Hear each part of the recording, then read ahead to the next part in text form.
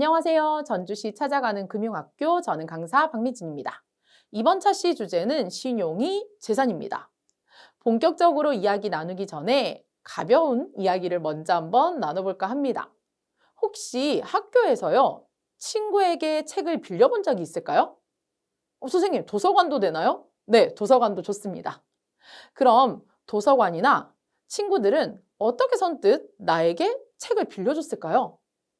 맞아요. 미진이는 책을 잘 돌려줄 거야 라는 믿음, 신뢰가 있기 때문에 가능했던 일이겠죠. 우리가 생활하는 데 있어 서로 간의 믿음은 아주 중요합니다. 서로가 서로를 믿지 못한다면 불가능한 일도 많이 있겠죠. 자, 친구 사이에서도 부모님과의 사이에서도 모두 말입니다. 그리고 또 우리가 생활하는 것 중 돈과 관련된 경제 생활에서도 이 믿음이 굉장히 중요한데요. 경제 생활에 있어서 믿음을 우리는 뭐라고 부르느냐? 바로 신용이라고 부릅니다. 선생님, 근데요, 왜 신용이 중요한데요? 잘 모르겠는데요? 라는 생각이 든다면 저와 함께 본격적으로 이야기를 나눠보도록 할게요. 자, 먼저 신용에 대한 정의를 다시 내려보도록 하겠습니다. 일상생활에서의 신용은 믿을 만한 사람이라는 의미로 쓰입니다. 평소 약속을 잘 지키는 친구들을 우리는 야, 땡땡이는 믿을 수 있어. 신용이 있는 사람이야 라고 이야기를 하고 매번 약속을 지키지 않는 친구는 야, 걔는 못 믿어. 걔가 한 말 어떻게 믿어? 야, 걔는 매번 신용이 없어. 못 지켜. 약속 못 지켜. 그쵸? 이렇게 이야기를 하게 되는 겁니다. 그럼 경제 생활에 있어서의 신용은 무엇일까요?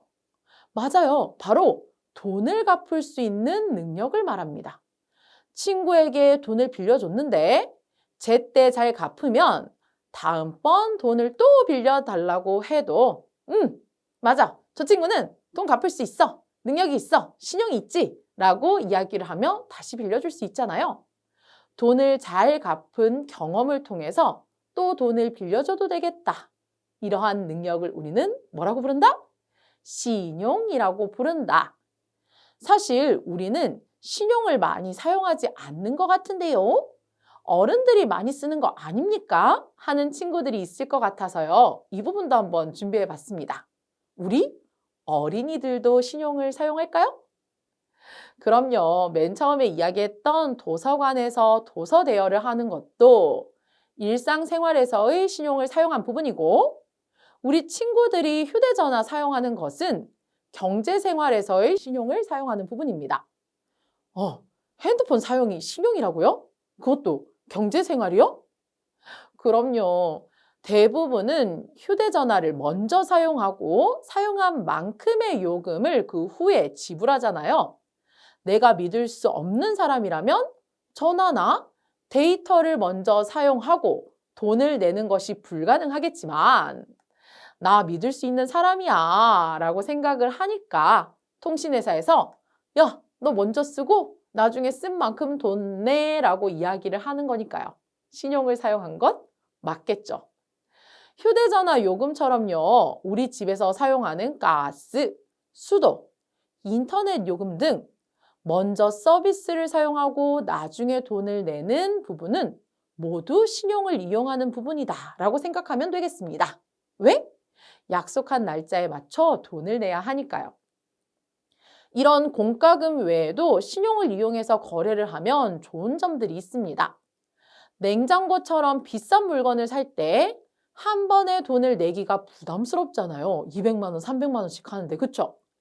그런데 신용을 이용하면요. 이 금액을 6개월, 3개월 이렇게 내가 원하는 날만큼 나눠서 낼 수 있으니까 매달 내는 금액의 부담이 줄어들 수 있겠죠. 이런 신용거래를 우리는 할부라고 합니다. 그리고 미리 돈을 내고 휴대전화나 가스, 전기 등을 사용한다면 돈을 낸 만큼 사용하거나 이미 낸 금액보다 더 많은 금액, 더 많은 양을 사용하고 싶을 때마다 저기요, 저 충전 좀 해주세요. 추가로 돈 낼게요. 이렇게 이야기하면 굉장히 불편할 텐데 충분히 사용하고요. 그만큼 금액을 나중에 내면 됩니다. 라고 이야기해 주니까 너무너무 편리하죠. 이런 건 신용거래 중 사용 후 납부 부분에 해당이 됩니다. 또 집이나 차를 구입하는 것처럼 진짜 비싼 금액의 거래를 할 때 신용을 통해서 돈을 빌릴 수 있다는 것. 이런 것을 우리는 신용대출이라고 합니다. 그리고 이런 부분들이요, 모두 신용거래의 장점이라고 할 수 있겠죠. 할부 결제가 되는 것, 그쵸? 나중에 돈 내는 것, 그리고 신용대출을 받아서 집을 살 수 있는 것, 이런 것들이요. 자, 그리고 신용하면 사실 제일 먼저 떠올랐던 단어가 우리 친구들 신용카드였을 것 같은데 맞나요?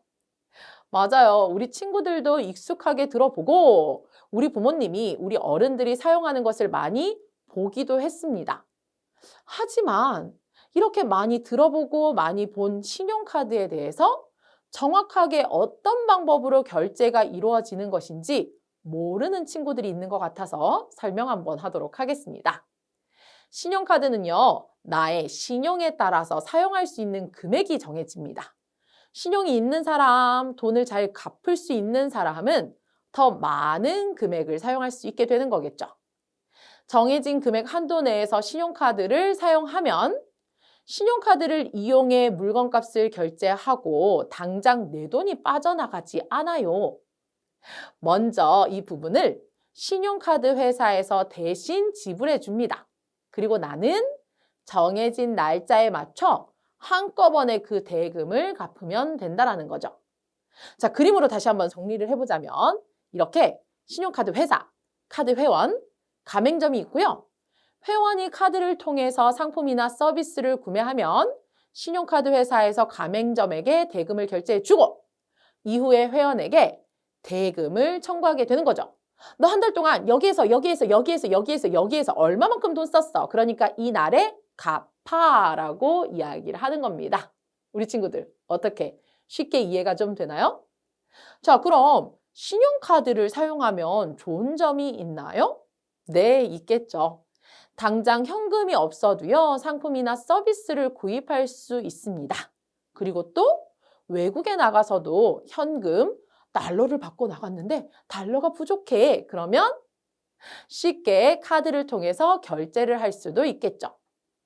또 카드로 결제를 쭉 하고 나면요, 이걸 한 번에 내역을 쭉 확인할 수 있기 때문에 아, 내가 여기에 얼마만큼 돈을 썼구나라는 지출 내역을 관리하는 게 조금 더 쉬워질 수 있습니다. 자, 마지막으로요. 또 좋은 점. 현금은 잃어버리면 찾기 힘들고요. 그 사람이 이 현금을 쉽게 사용할 수 있겠지만 신용카드의 경우는 분실했을 때 신고하면 사용 정지가 됩니다. 그래서 내 돈이 나가는 경제적인 손실을 막을 수 있다는 거죠. 단, 이렇게 좋아 보이는 신용카드, 늘 장점만 있는 건 아니겠죠? 몇 가지 유의해야 할 부분이 있으니까 같이 한번 확인해 볼게요. 신용카드 및 신용거래를 할 때의 유의점. 당장 돈이 없어도 사용이 가능하니까 갚을 수 있을지 없을지 생각하지 않고 마구마구 사용한다면 그렇죠. 갚을 수 없는 큰일이 날 수도 있겠습니다. 그리고 약속한 날짜에 돈을 갚지 못하면 추가적인 이자가 발생하기도 하고요. 신용이 떨어질 수도 있습니다. 이렇게 한 번 떨어진 신용은요, 다시 회복하기가 굉장히 어렵기 때문에 미리미리 잘 관리를 해야 합니다. 그런데요, 선생님, 자꾸 신용 이야기 하시는데 저희 어린이, 청소년들도 신용카드 만들 수 있나요? 있을까요, 없을까요? 그렇죠. 신용카드는요, 돈을 갚을 수 있는 능력이 있는 사람에게만 발급이 된다라고 했잖아요. 그래서 카드사마다 조건이 조금씩 다르기는 하지만 아직 우리 어린이 청소년들은 발급이 어렵다라는 공통점은 있습니다. 혹시 어른이 되고 조건이 되어서 발급을 받고 사용하게 된다면 지금 우리가 함께 이야기했던 부분들을 꼭꼭 기억하고 유의해서 사용해야겠죠. 자, 계속 신용은 우리 생활에 있어서 중요한 부분을 차지하고 있다라고 이야기를 했잖아요. 개인의 신용관리만큼 신용관리를 잘 해야 하는 곳들도 있다고 합니다. 어떤 곳이요? 자, 어디인지 한번 볼게요. 첫 번째는 기업입니다. 회사들 역시 이 신용 관리를 잘 해야 하는데요. 신용이 좋은 경우에는 주식의 가격에도 영향을 줄 수 있고요. 사람들에게 좋은 이미지를 줄 수도 있습니다. 하지만 반대로 신용이 좋지 않다면 이미지도 안 좋아지는 것뿐만 아니라 또 돈을 빌릴 때 대출이 어려울 수도 있고요. 투자와 관련해서도 손해를 볼 수가 있겠죠. 자, 그리고 또 있습니다. 바로 나라, 국가입니다. 나라도요, 신용이 좋으면 해외에서 투자를 유치하기 쉽습니다. 아주 좋겠죠. 또 나라에 필요한 돈을 다른 곳에서 빌리는 것이 쉬울 수 있습니다. 반면 신용이 좋지 않은 국가의 경우는 다른 나라와 수출입 등의 거래도 어려울 수가 있고요. 국가의 신용도가 해당 국가의 기업이나 금융기관에도 영향을 미칠 수 있으니까 우리나라 신용 잘 관리해야겠죠. 자, 기업도 국가도 잘 관리해야 하는 신용. 기업이나 국가의 좋은 이미지를 유지하는 곳에도 쓰이고 투자를 받거나 돈을 빌리는 데도 도움이 될 수 있다라고 이야기를 했죠. 자, 그럼 우리 개개인들은 신용을 잘 관리하면 이 신용을 또 어떻게 활용할 수 있을까요? 맞습니다. 우리도 비슷하다라고 생각하면 됩니다. 바로 금융회사와 거래할 때 이 신용을 활용할 수가 있는데요. 그럼 이 사람이 신용이 좋은 사람인지 나쁜 사람인지는 어떻게 알 수 있을까요? 맞아요. 바로 신용도를 점수화해서 신용 점수로 평가를 받아 거래가 가능할지, 거래가 가능하다면 어떤 혜택을 받을 수 있을지 이런 부분들이 결정되는 겁니다. 그럼 선생님, 신용 점수는 어떻게 정해지는데요? 앞서서 언급한 것처럼 우리 다양한 경제 생활에서 신용활동, 공과금 납부, 휴대전화 요금, 신용카드 대금 이런 것들을 연체하지 않고 정해진 날짜에 잘 갚았는가를 보는 겁니다. 개인의 신용생활에 관련된 정보를 모두 수집해서 함께 합산하고 신용 점수를 부여하게 되는 거죠. 신용 점수는요, 1점부터 1000점까지 받을 수 있는데요. 우리나라는 이 신용 점수를 평가하는 기관이 두 군데라서 조금 차이가 있을 수 있지만 똑같은 건 점수가 높을수록 신용 점수가 좋다라고 이야기하는 부분입니다. 그리고 이렇게 신용 점수가 좋으면요, 똑같은 돈을 빌려도 이자를 조금 덜 낼 수 있고 또 돈도 조금 더 쉽게 빌릴 수 있다라고 이야기를 하죠. 자, 그럼 여기 있는 두 친구 중에 누가 신용 점수가 더 높을지 퀴즈를 통해서 한번 생각해 보도록 하겠습니다. 자, 보라보라는 휴대전화 요금이 2개월 이상 밀려 있고요. 신용카드를 이용해서 할부로 결제하는 것을 좋아한다고 합니다. 이에 비해 초록초록이는 휴대전화 요금은 때에 맞춰서 연체하지 않고 결제를 하고요. 신용카드는 대부분 일시불로 바로바로 결제를 하는 편이라고 하네요. 그럼 보라보라와 초록초록이 중 신용 점수가 더 좋을 것 같은 친구는 누굴까요? 그렇죠. 바로 초록입니다. 방금 이야기한 것처럼 신용 점수를 높이기 위한 방법으로는 연체를 하지 않는 것, 그리고 신용카드를 동일하게 사용하더라도 할부, 나눠서 결제하는 것보다 한 번에 결제할게요 하는 일시불 결제를 주로 사용하는 것 등의 다양한 팁이 있어요. 그리고 또 연체를 하지 않기 위해서는 돈을 사용하기 전에 계획을 잘 세워야겠죠. 어떻게 갚을 수 있을까? 없을까? 또 빚을 위해서 또 빚을 내지 않아야 합니다. 또 갚아야 할 날짜들을 메모해 뒀다가 잘 챙기는 부분이 필요하겠죠. 현대사회는요, 신용사회라고 불릴 만큼 신용생활이 많아지고 있고 중요해지고 있습니다.